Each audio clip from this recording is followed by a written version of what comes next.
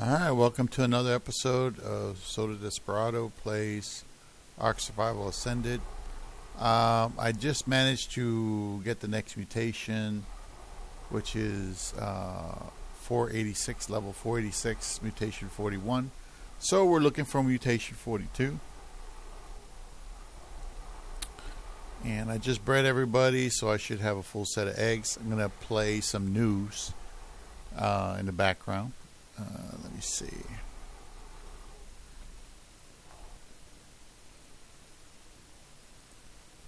This is from Forbes Breaking News. It's a verified channel. Breaking news: Karoline Leavitt holds press briefing after Mitch McConnell announces retirement. Okay, so here we go. Hello. Good afternoon, everybody. I brought some heavy hitters in here with me today. Today marks 1 month of President Trump's return to the Oval Office, and there is no denying this administration is off to a historic start. The president has already signed 73 executive orders. That is more than double the number signed by Joe Biden and more than quadruple the number signed by Barack Obama over the same period. These executive orders have ended burdensome regulations, sealed the border, unleashed our domestic energy sector, eliminated divisive DEI from our federal government, stopped the weaponization of government, cut waste, fraud, and abuse, reinstituted America First trade and foreign policies, and ultimately restored common sense. The president also signed the Laken-Riley Act into law, which ensures ICE will detain illegal aliens arrested or charged with theft or violence. As of today, the Senate has already confirmed 18 cabinet-level nominees, which is more than at this point under the Obama administration in 2009, and more than double the pace of the Biden administration in 2021. And today, we expect Kash Patel to be confirmed as the next director of the FBI. We are proud to announce that the president will host his first official cabinet meeting here at the White House next Wednesday, February 26th. In just 4 weeks, President Trump has already hosted the leaders of Israel, Japan, Jordan, and India. And next Monday, the president will host France's President Emmanuel Macron. And on Thursday, the UK Prime Minister Keir Starmer will visit the White House as well. As you all know, over the past month, the president has taken questions from the press, all of you, nearly every single day, sometimes on multiple different occasions in the same day, on any topic any of you wish to talk about. President Trump set the tone on this approach immediately when he took more than 12 times the questions in his first few hours in office, as Joe Biden did in his entire first week. Yesterday, we hosted a local media row here at the White House with television and radio stations from across the country that reached up to 60 million viewers and listeners. In our ongoing pursuit of transparency on this 1 month celebration, I am thrilled to bring 3 of my colleagues and our policy experts here at the White House to further recap this incredible first month of accomplishments in greater detail. We have Deputy Chief of Staff for Policy and Homeland Security Advisor Stephen Miller, the Director of the National Economic Council, Kevin Hassett, and our National Security Advisor, Mike Waltz.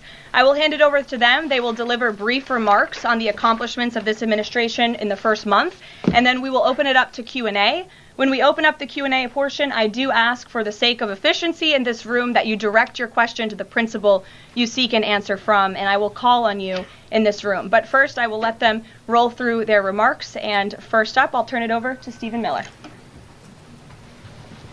Thank you. It's great to be back.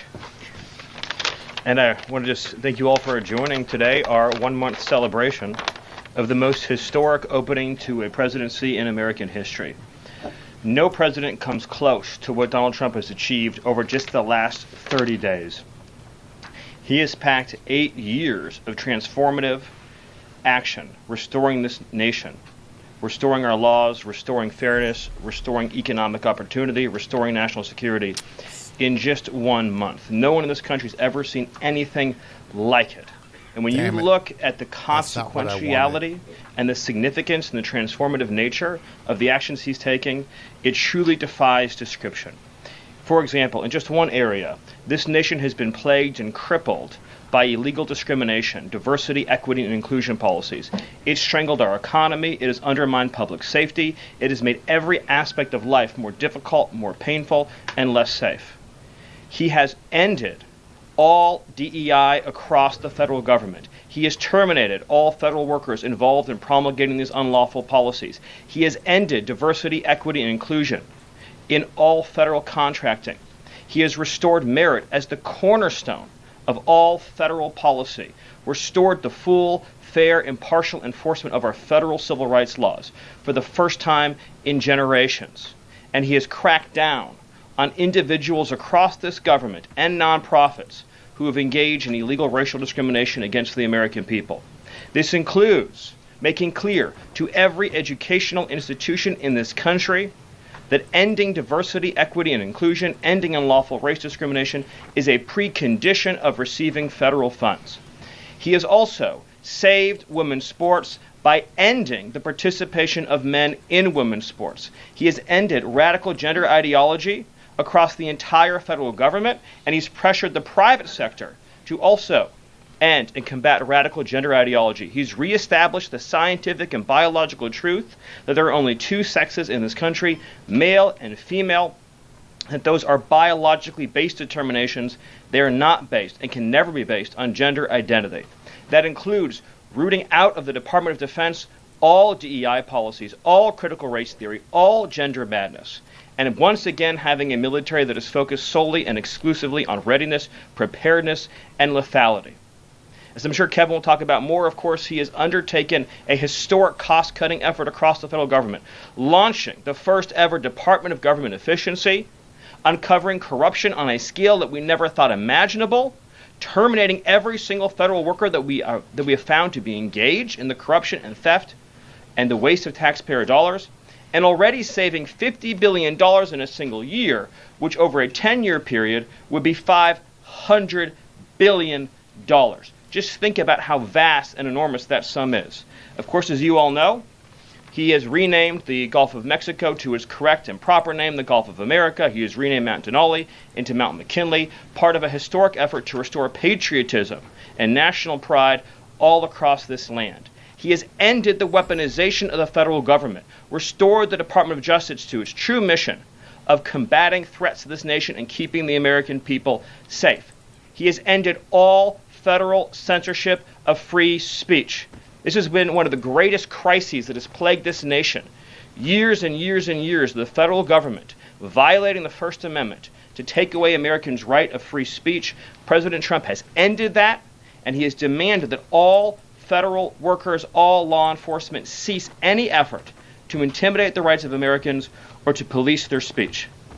He has also restored the death penalty at the Department of Justice, including for illegal aliens who commit murder, including for those who murder cops, and including for all of those who threaten Americans with heinous acts of violence. The death penalty is back, law and order is back, the streets are being made safe once again.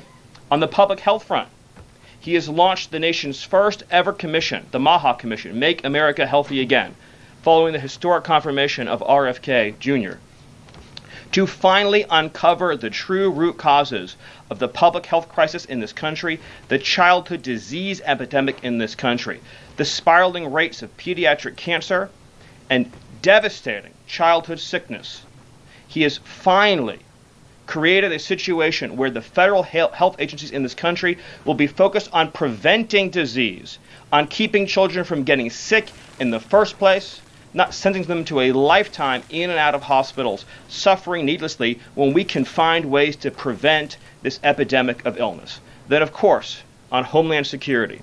Today, it is officially the law of the land, at the conclusion of the congressional notification process, that 6 Mexican cartels and 2 transnational gangs, Tren de Aragua, or TDA, and MS-13, so 8 organizations in total, are now formally designated as foreign terrorist organizations, which means that every single member of those organizations who operates on U.S. soil is now, as a legal matter, a terrorist, and they will be treated as terrorists. This is a sea change in U.S. policy.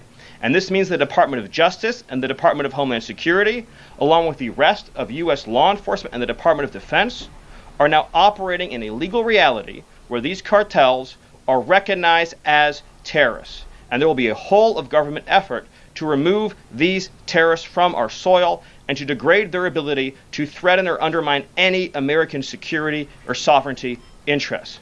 Border crossings, since the day he took office, are down 95%. I think it's almost impossible to even describe the scale and scope of that achievement.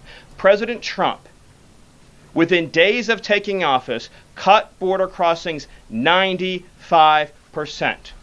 And those few who have dared to cross are being either prosecuted or deported.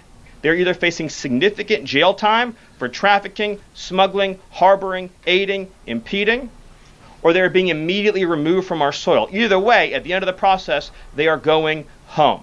He's re-implemented Remain in Mexico, and he has obtained historic cooperation from foreign countries all around the world in accepting their deportees back.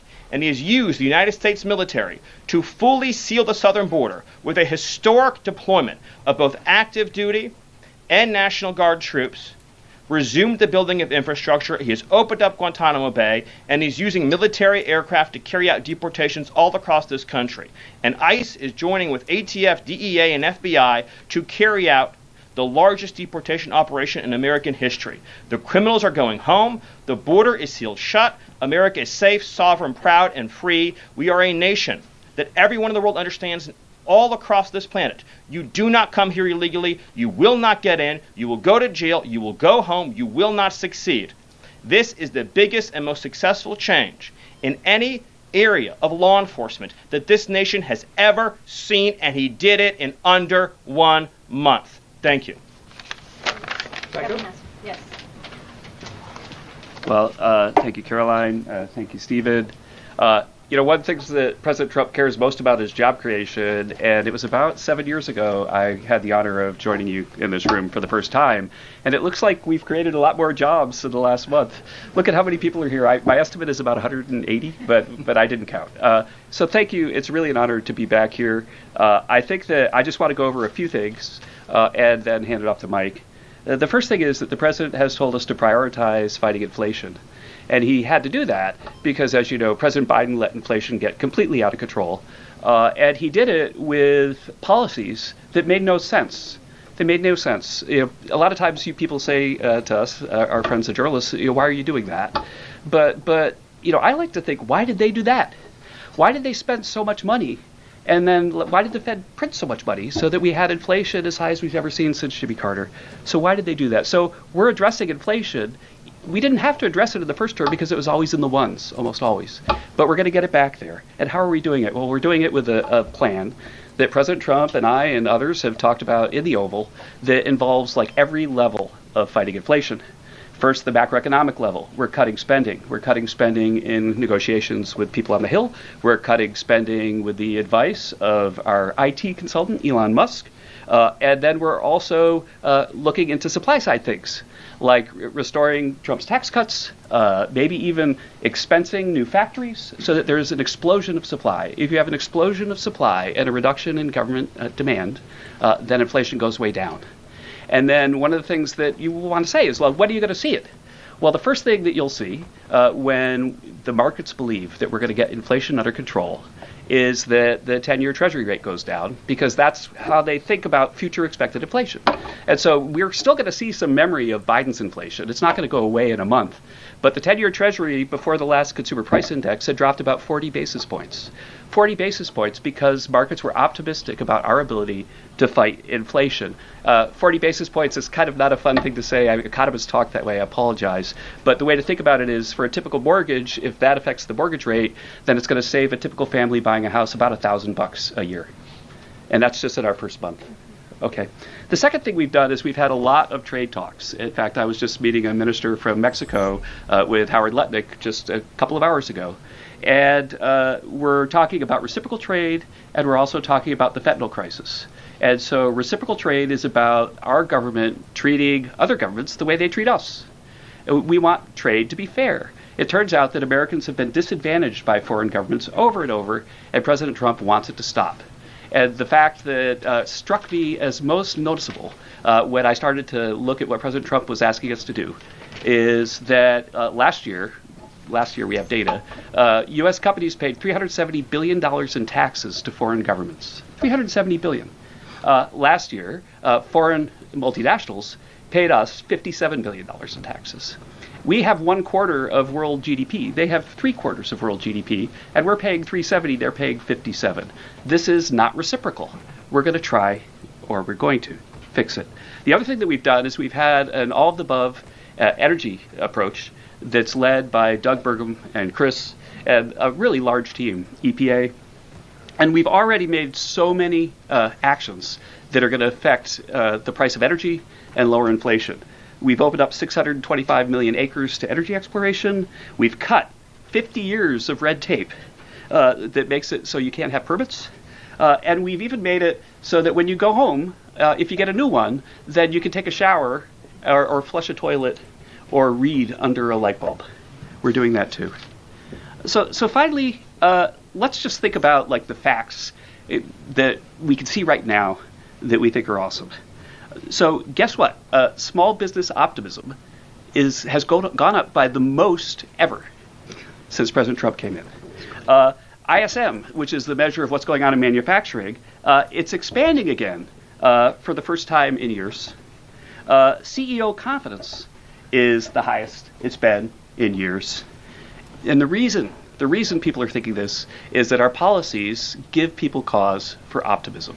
And then I want to reiterate what Stephen Miller said, because it's so important, and it's so important for financial markets to start to digest this, that if, say, the Treasury Secretary or any cabinet secretary with Elon Musk is able to find some savings, say $100 billion, well, in CBO land, that's actually like about 10 times that, or maybe 12 times that, over a 10-year window. And so when you're thinking about the negotiations right now over reconciliation and thinking about, well, 4 trillion, 5 trillion, well, those numbers in terms of the savings are going to end up being small because of all the waste that we're finding. And so we're incredibly optimistic about the future of inflation and the future of our economy, and we're optimistic because we're making so much progress so far, and we already see it in market prices. And with that, I'll hand it off to Mike. All right. Thanks, Gil. Well, good afternoon. What a month, and what a sea change in our foreign policy. In addition to what we're doing on the border and restoring American sovereignty, in addition to what we're doing in our economy and the job creation and the inflation reduction, we are bringing the world back to where it was at the end of President Trump's first term, which is a world of peace, prosperity, and looking forward and getting us out of the chaos that we've just seen over the last 4 years. So over the last month, just to name a few, I had the honor of sitting in the Oval Office as President Trump spoke with President Putin, and then immediately spoke with President Zelensky, and both of them said only President Trump could bring both sides to the table, and only President Trump could stop the horrific fighting that has been going on now for the better part of 4 years, and that only President Trump could drive the world back to peace. Both of those leaders said that in back-to-back calls. And of course, we just had our historic talks mediated by our good friends and partners, Saudi Arabia. We give great thanks to Crown Prince Mohammed bin Salman for hosting, and sat down for the first time in years with the Russians and talked about a path forward with peace. On top of that, and one of the things that led to that was the tremendous confidence building measure that we had with the release of Mark Fogel. I'll remind everyone, the last time that we had an American released from the Russians, either we gave up a deadly spy, pressured our allies to give up a lethal killer, or we released, under the Biden administration, the world's most notorious arms dealer, Victor Bout, who, by the way, had one of his main clients for arms, the cartels in Mexico and Central America. We gave up none of that. This was released as a confidence-building measure, working with our great Middle East envoy, Steve Witkoff, and our Secretary of State as a first step towards opening these talks and then moving forward towards peace. On top of that, we've secured just in a month the return of 12 American hostages from Russia, from Bulgaria, from Venezuela, the Taliban, and Hamas. Excuse me, that's from Belarus, not Bulgaria. We also had, for the first time in quite some time, we took out a senior leader of ISIS, an international financier and recruiter that the military had been trying to take out for quite some time. And wasn't able to do so, frankly, because of a bureaucratic approval process. President Trump said, take him out, and that ISIS financier and leader is no longer on this earth. We've also taken action to eliminate other terrorist organizations in the Middle East. We drove, before the president was even in office, he started talking consequences for people that would hold Americans. Heretofore, there's been nothing but upside. You take an American, you get some better deal. You take another one, maybe you get a better deal. No more. There is now nothing but downside for taking Americans illegally, either as hostages or illegal detainees. And when President Trump sent a very clear message across the Middle East, but particularly to Hamas, that there would be all hell to pay, we suddenly saw a breakthrough. And now we just saw the release of yet another group of hostages.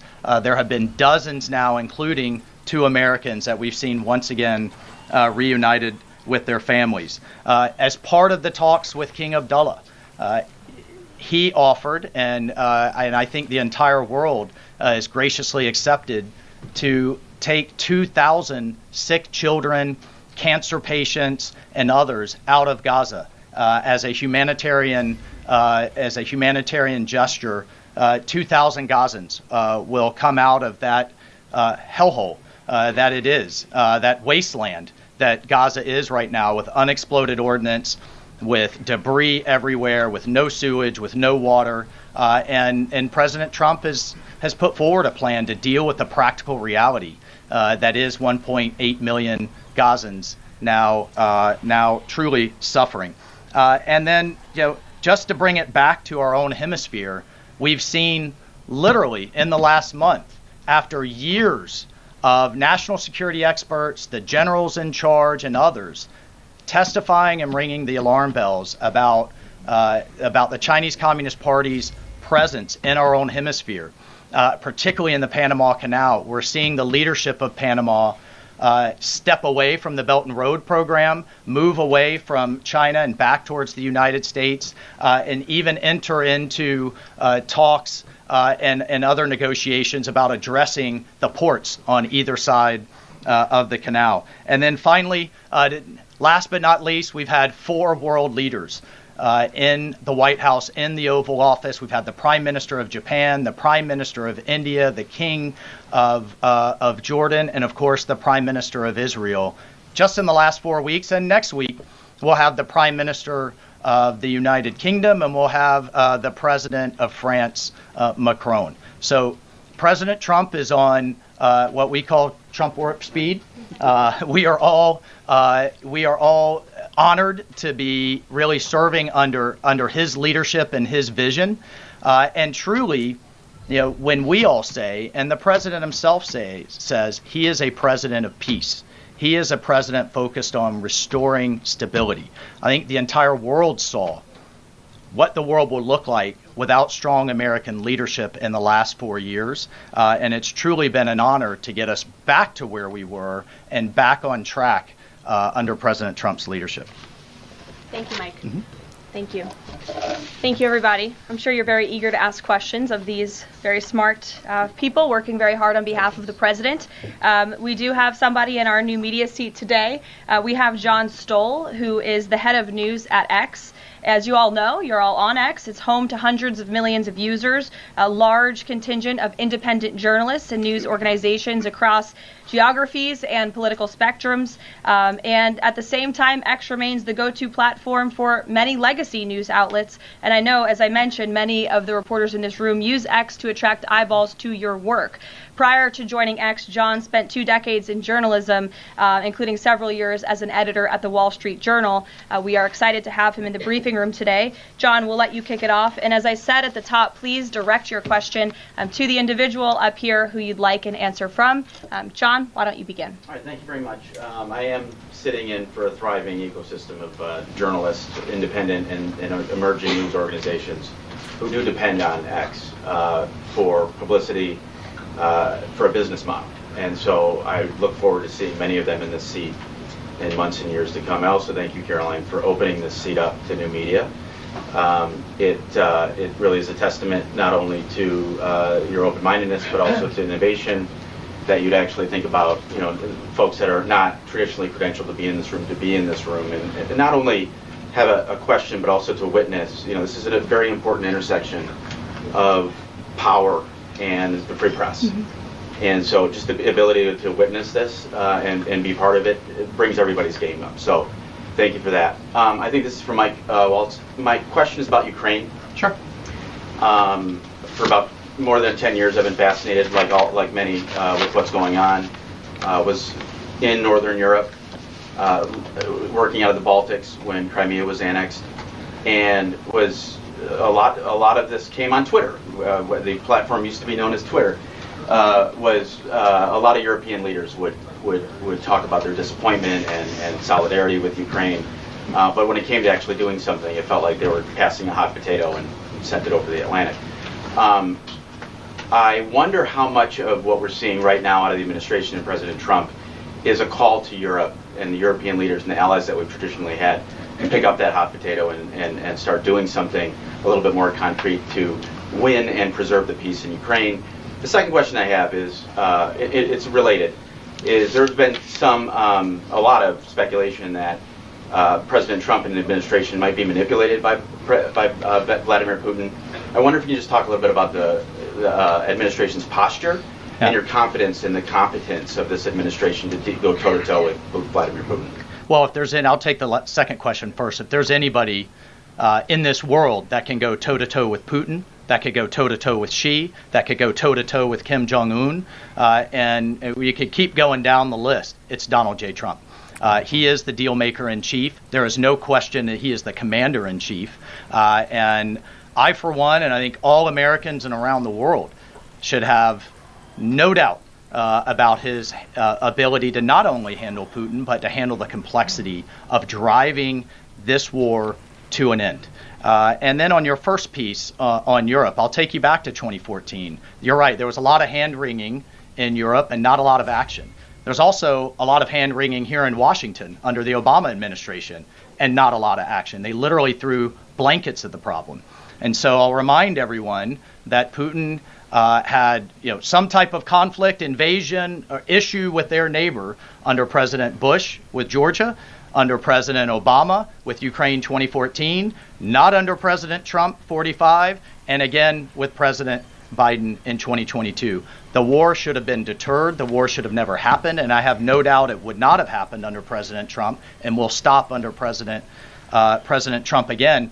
But I just want to push back on this notion of our European allies not being consulted as we've entered into this process. I already mentioned the immediate phone call President Trump made to President Zelensky. He has talked to President Macron of France repeatedly last week. President Macron convened European leaders and then is coming here on Monday. Prime Minister Starmer is coming next Thursday. I've talked to every one of my national security advisor counterparts across the spectrum in Europe. I've talked to Secretary General Rutte, the leader of NATO, the Secretary General of NATO. We have repeatedly, by the way, we had half our cabinet, 7 cabinet officials, including the vice president, at the Munich Security Conference, all engaging, all listening, and all making sure our allies are heard. However, we've also made it clear for years, decades even, that it is unacceptable that the United States and the United States taxpayer continues to bear the burden, not only of the cost of the war in Ukraine, but of the defense of Europe. We fully support our NATO allies. We fully support the Article 5 commitment. But it's time for our European allies to step up. And one of the things that Secretary General Rutte said on our call was this last couple of weeks have been a real wake-up call. And I asked him, what have you been missing the last couple of years? The fact that we are going to enter into a NATO summit this June with a third of our NATO allies still not meeting the 2% minimum, a commitment they made a decade ago, literally a decade ago, with a war on their doorstep, the largest war that they're all extremely concerned about, but yet it's, well, somebody else needs to pay. We've got other domestic priorities. It's unacceptable. President Trump's made that clear. And the minimum needs to be met. We need to be at 100% in this June at the NATO summit. And then let's talk about exceeding it, which is what President Trump has been talking about with 5% of GDP. Europe needs to step up for their own defense as a partner, and we can be friends and allies and have those tough conversations. Great. Peter. Thank you, Karoline. I have a Ukraine one and a Doge one. Who can talk Doge? Stephen.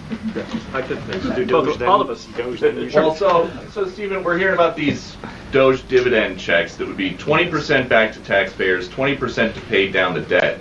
60% is left. Who gets that? Well, the way that it works is when you achieve savings, you can either return it to taxpayers, you can return it to our debtors, or it can be cycled into next year's budget, and then it just lowers the overall baseline for next year. So in other words, you can just transfer into the next fiscal window and then lower the overall spending level.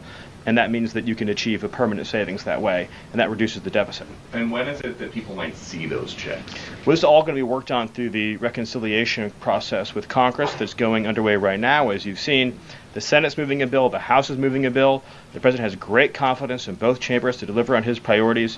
I would just take this opportunity to note that President Trump has made a historic commitment to the working class of this country to fight for major tax relief and major price relief. And cutting spending, as Doge is doing, and cutting taxes is the key to delivering on both of those promises, and President Trump is resolutely committed to doing both. Thank you. And on Ukraine, I guess this is for Mike. Sure. After the President's post on Truth Social yesterday, need to know, who does he think is more responsible for the Russian invasion of Ukraine, Putin or Zelensky? Well, look, his goal, Peter, is to bring this war to an end, period.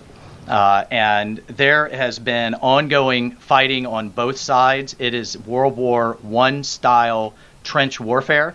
His frustration with President Zelensky is that you've heard is multifold. One, there needs to be a deep appreciation for what the American people, what the American taxpayer, what President Trump did in his first term, and what we've done since. So some of the rhetoric coming out of Kyiv, frankly, and insults to President Trump were unacceptable, number one. Number two, our own Secretary of Treasury personally made the trip to offer the Ukrainians what can only be described as a historic opportunity. That is for America to co-invest with Ukraine in their minerals, in their resources, to truly grow the pie. So case in point, there's a foundry that processes aluminum in Ukraine. It's been damaged. It's not at its current capacity.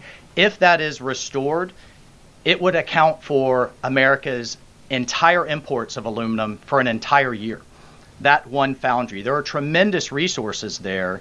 Not only is that long-term security for Ukraine, not only do we help them grow the pie with investments, but we do have an obligation to the American taxpayer in helping them recoup the hundreds of billions that have occurred. So, rather than enter into some constructive conversations about what that deal should be going forward, we got a lot of rhetoric in the media that was incredibly unfortunate. And I could just tell you, Peter, as a veteran, as somebody who's been in combat, this war is horrific. And I think we've lost sight of that, of the literally thousands of people that are dying a day, families that are going without the next generation. And I find it kind of, frankly ridiculous. So many people in Washington that were just pounding the table for a ceasefire in Gaza are suddenly aghast that the president would demand one and both sides come to the table when it comes to Ukraine, a war that has been arguably far greater in scope and scale, and far more dangerous in terms of global escalation to U.S. security. And I do have one for Karoline. Does President Trump have a bet with Trudeau about this USA-Canada hockey game tonight? And when there is a big hockey game on, is the president watching for the goals or for the fights? Probably both. I think he's watching for the United States to win tonight. I know he talked to the USA hockey team this morning. He talked to the players after their morning practice around 10 o'clock. And I also spoke to some folks from that team after. They were jubilant over President Trump's comments to the team. I believe they're going to put out a video of that call. So he looks forward to watching the game tonight, and we look forward to the United States beating our soon-to-be 51st state, Canada. Bloomberg, go ahead. My question is for Mike Waltz. Can you give us a readout of Kellogg's meeting with Zelensky that just wrapped up? And in particular, Zelensky publicly rejected this deal about the rare earth minerals. Where does that stand? Well, we're going to continue to have, he needs to come back to the table, and we're going to continue to have discussions about where that deal is going. Again, we have an obligation to the taxpayer. I think this is an opportunity. The president thinks this is an opportunity for Ukraine going forward. There can be, in my view, nothing better for Ukraine's future and for their security than to have the United States invested in their prosperity long term. And then a key piece of this has also been security guarantees. Look, the reality that we're talking about here is it in Ukraine's interest? Is it in Europe's interest? It certainly isn't in Russia's interest or in the American people's interest for this war to grind on forever and ever and ever. So a key part of his conversation was helping President Zelensky understand this war needs to come to an end. This kind of open-ended mantra that we've had under the Biden administration, that's over. And I think a lot of people are having a hard time accepting that. And then the other piece is there's been discussions from Prime Minister Starmer and also President Macron about European-led security guarantees. We welcome that. We've been asking Europe to step up and secure its own prosperity, safety, and security. So we certainly welcome that, and we certainly welcome more European assistance. As I told my counterparts, come to the table with more if you want a bigger seat at the table. And we've been asking for that for quite some time. And has Russia pushed for sanctions in your talks with them? And have you consulted with international partners and allies about potentially rolling back sanctions in these negotiations to end the war? The talks with our Russian counterparts, both with my counterpart, the National Security Advisor, Secretary Rubio's counterpart, the Foreign Minister Lavrov, it really was quite broad, focused on what is the goals for our broader relationship. But very clear that the fighting has to stop to get to any of those brighter goals. And as a first step, we're just going to do some common sense things like restore the ability of both of our embassies to function. And again, this is common sense in foreign policy world. They call it shuttle diplomacy. We have to talk to both sides in order to get to both sides to the table. And both sides have said only President Trump could do that. Deanna. Thank you. And my question is for Mike Waltz. All right. Sorry. The president has called Zelensky a dictator. Does he view Putin as a dictator? And does he want Zelensky out of power? I know he's called for elections. And then thirdly, the head of the Defense Committee in Ukraine's parliament just has claimed that the U.S. has stopped selling weapons to Ukraine. Is that true? Well, most of our weapons that have gone to Ukraine have been part of a drawdown authority where we've literally taken them out of our stocks and then eventually through appropriations started buying them again to refill our stocks.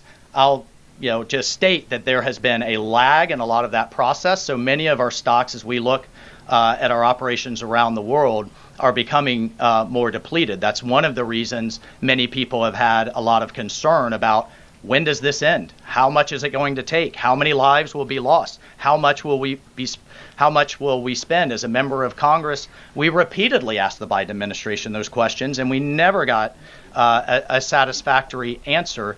Look, President Trump is obviously very frustrated right now with President Zelensky. The fact that he hasn't come to the table, that he hasn't been willing to take this opportunity that we have offered. I think he eventually will get to that point, and I hope so very quickly. But President Trump, as we made clear to our Russian counterparts, and I want to make clear today, he's focused on stopping the fighting and moving forward. And we could argue all day long about what's happened in the past.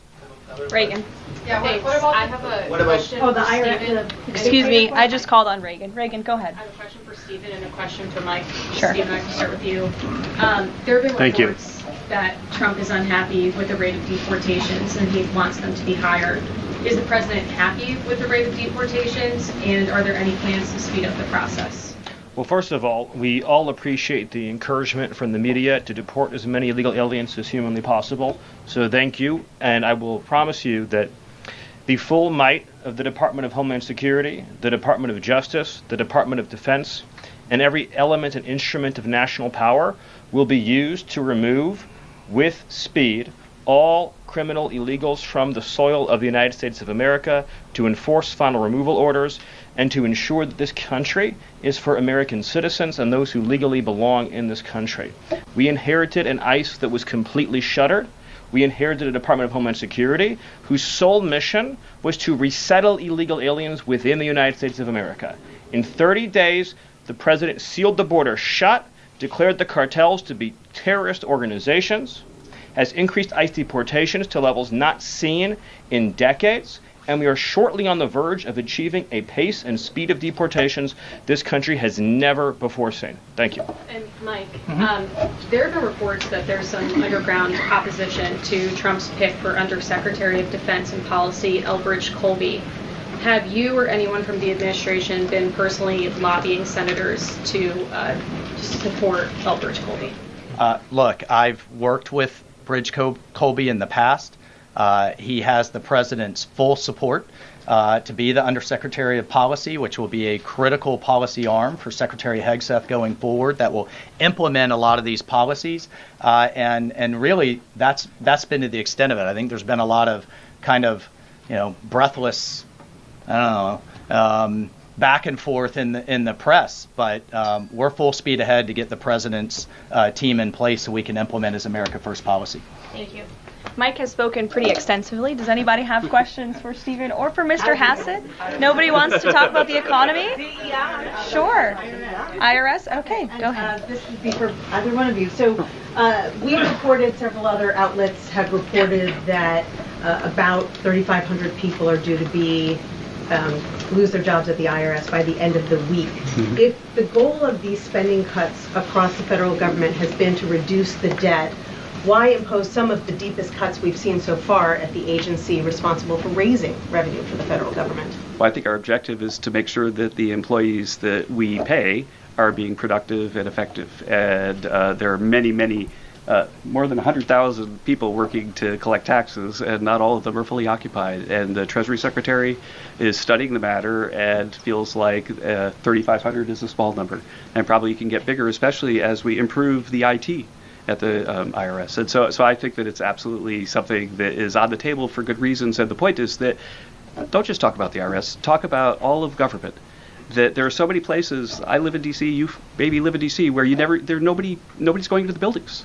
People aren't commuting because nobody's doing their job. We look back and we see that there are all these people doing two jobs while they're getting a government payroll on the payroll. So the point is we're fixing that, and the IRS is a small part of that picture. So you're saying that everybody who's being let go was doing a bad job?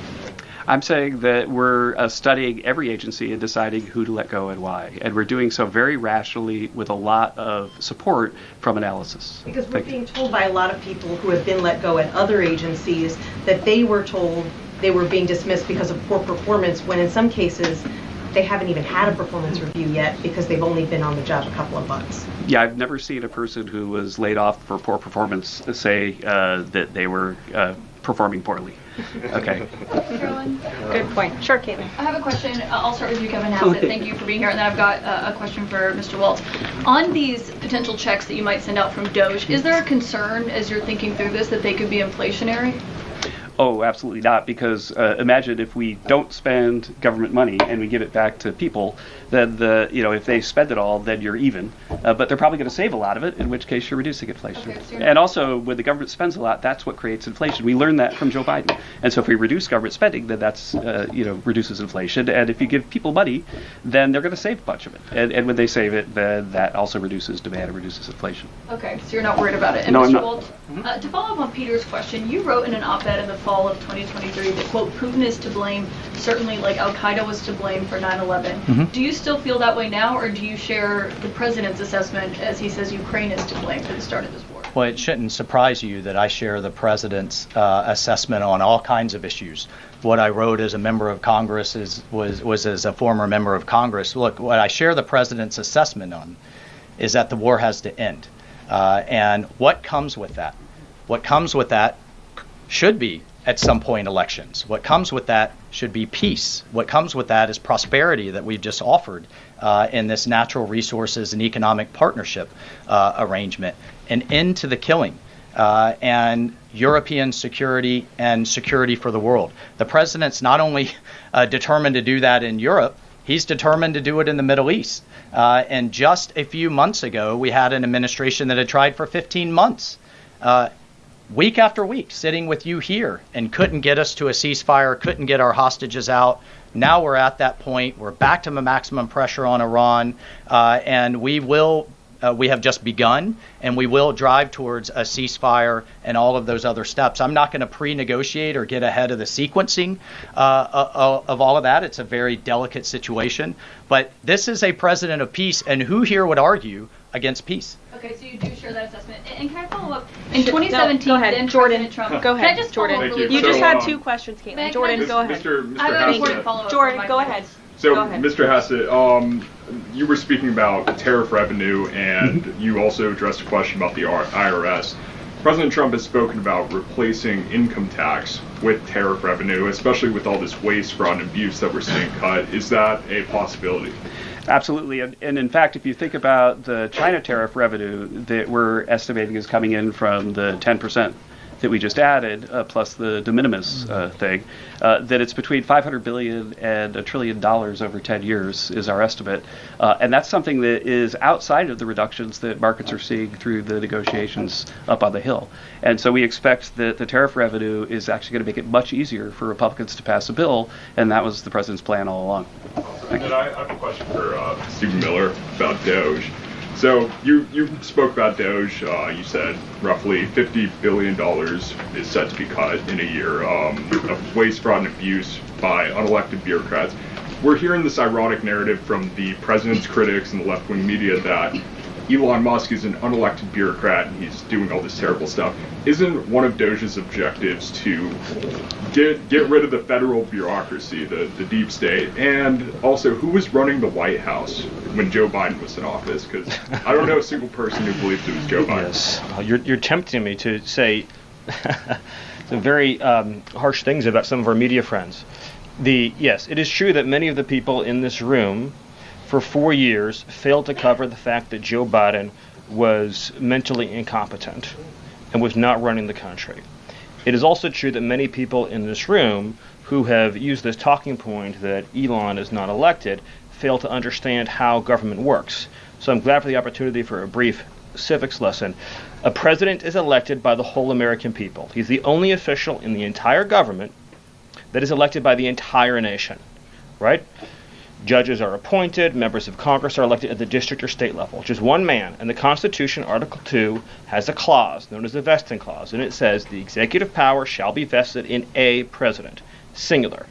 The whole will of democracy is imbued into the elected president. That president then appoints staff to then impose that democratic will onto the government. The threat to democracy, indeed the existential threat to democracy, is the unelected bureaucracy of lifetime tenured civil servants who believe they answer to no one, who believe they can do whatever they want without consequence, who believe they can set their own agenda no matter what Americans vote for.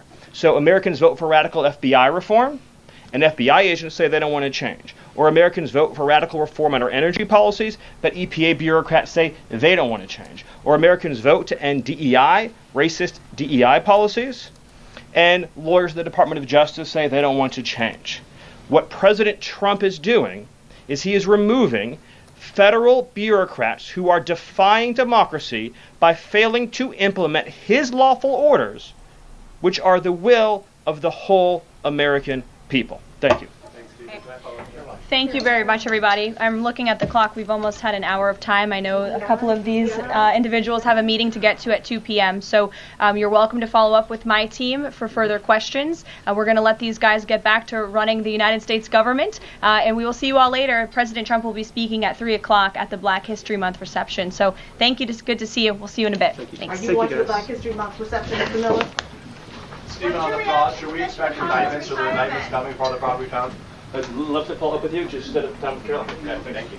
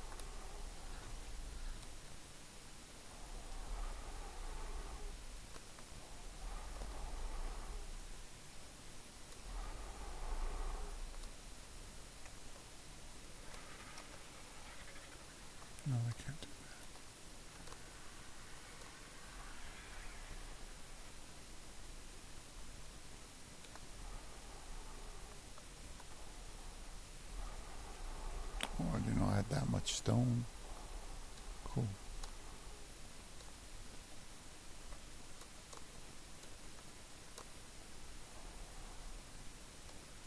Trophies. Ah, boy. I haven't really expanded the base any.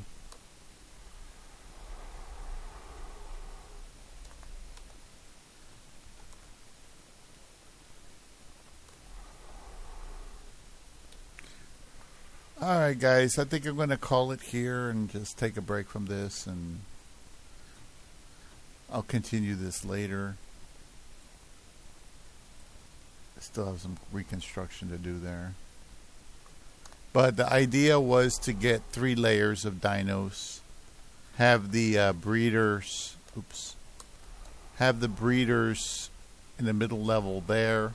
That's why I removed the floor and let them fall down. That way I didn't have to move them around or anything. They look like they're okay. I'm going to have to move one back. But you get to put maybe 20 Carnos up here. I have to breed some, you know, and make some regular 404 Carnos, female Carnos, but I could put them here.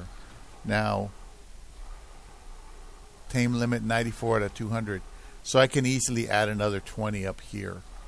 That way when I breed the eggs, I get more eggs. So that increases my chances of, you know, getting what I need.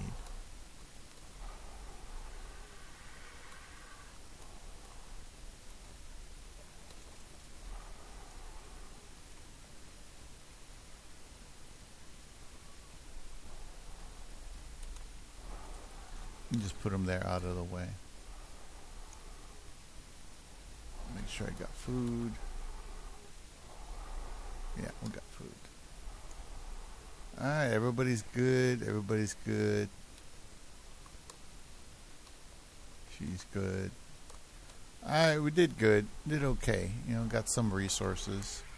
Anyway, I put the link in the description like normal. And thank you for watching. Bye-bye.